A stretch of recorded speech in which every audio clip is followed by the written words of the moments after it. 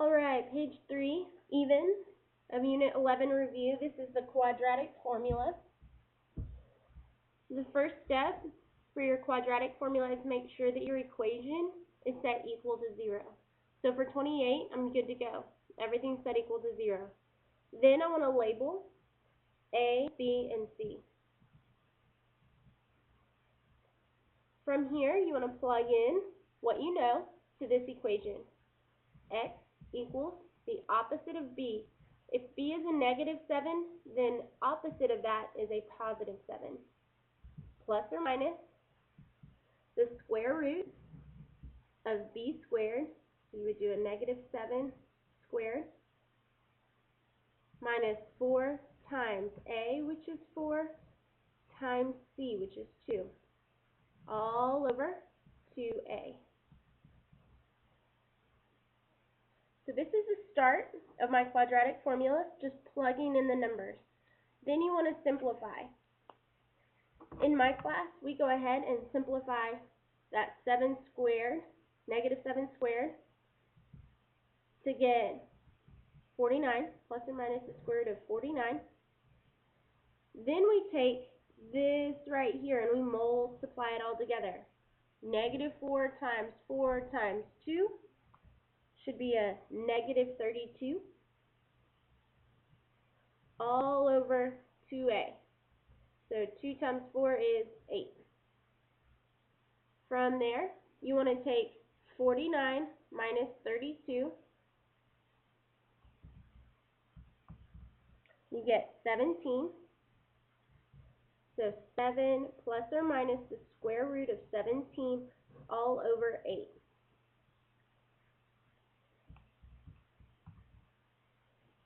Double check to make sure that you can't break the radical 17 apart. I know I can't because 17 is prime.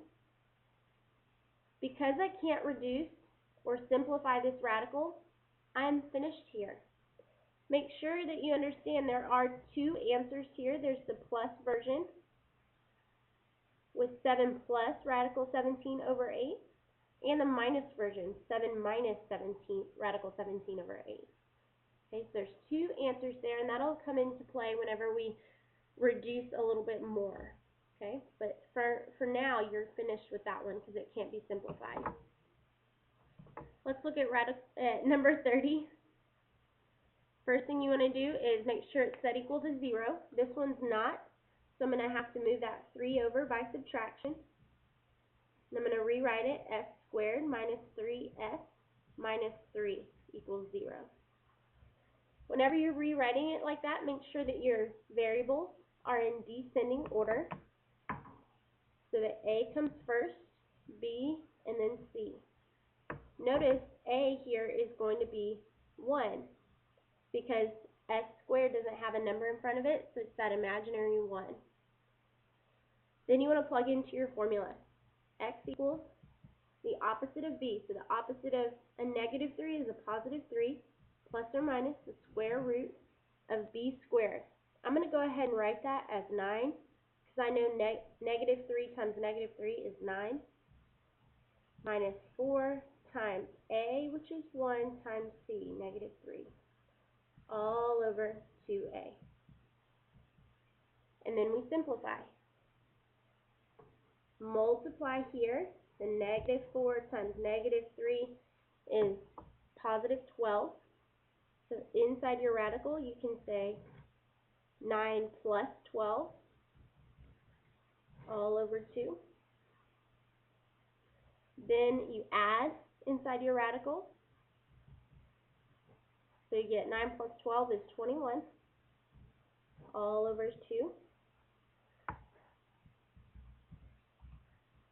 21 can be broken down into 7 times 3. But because there's no buddies there, you can't simplify him anymore. Because we can't simplify the radical anymore, you're finished here. Okay?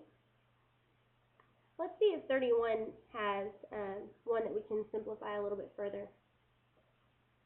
The first step would be to rewrite everything set equal to 0, so I would need to subtract 5 on both sides.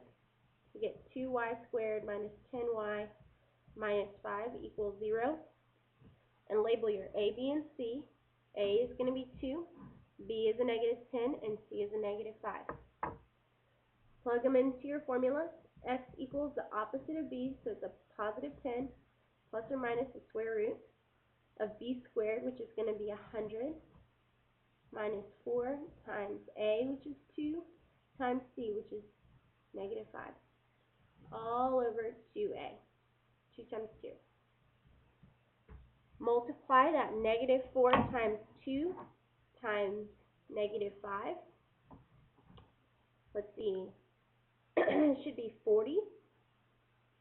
So you get 10 plus or minus the square root of 100 plus the 40, so that's 140, all over 2 times 2 is 4.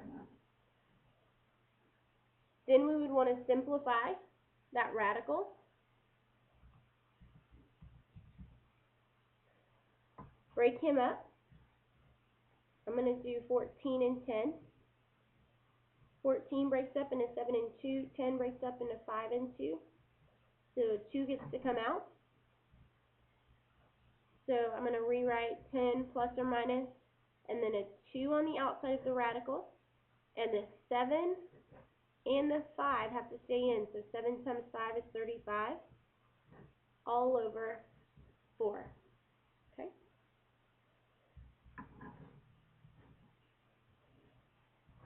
Alright, you guys, I hope that helps with quadratic formula.